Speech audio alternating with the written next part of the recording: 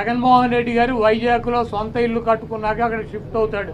అంతేగాని టూరిజం ప్లేస్లో కట్టినటువంటి ఆ హౌస్లో జగన్మోహన్ రెడ్డి గారు వెళ్తాడని చెప్పి ఎవడు చెప్పాడు వీళ్ళకి, వెధవులకే? అది జగన్మోహన్ రెడ్డి గారి కోసం కట్టించుకున్నటువంటి ఇల్లు అని చెప్పి రకరకాలైనటువంటి కథనాలు రాస్తున్నారు. అది ఒక అంతర్జాతీయ రాజధానిగా తీర్చిదిద్దాలన్నదే వైఎస్ఆర్ కాంగ్రెస్ పార్టీ లక్ష్యం. దాన్ని రాజధాని చేయాలన్నదే ఆ రోజు నిర్ణయించుకున్నాం. కాబట్టి అక్కడ ఇంటర్నేషనల్ సెమినార్లు జరుగుతున్నాయి.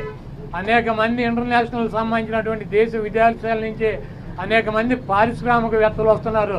కనీసం వాళ్ళకి సౌకర్యం ఉండటానికి అవకాశం లేనటువంటి పరిస్థితి ఉంది. కాబట్టి ఉత్తరాంధ్రలో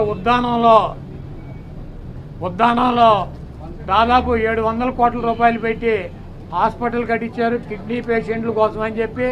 అదేవిధంగా విజయనగరం కావచ్చు, లేదా పార్వతీపురం కావచ్చు, ఉత్తరాంధ్రలోనే 650 కోట్ల రూపాయలు పెట్టి ఒక్కొక్క మెడికల్ కాలేజీ కట్టించారు.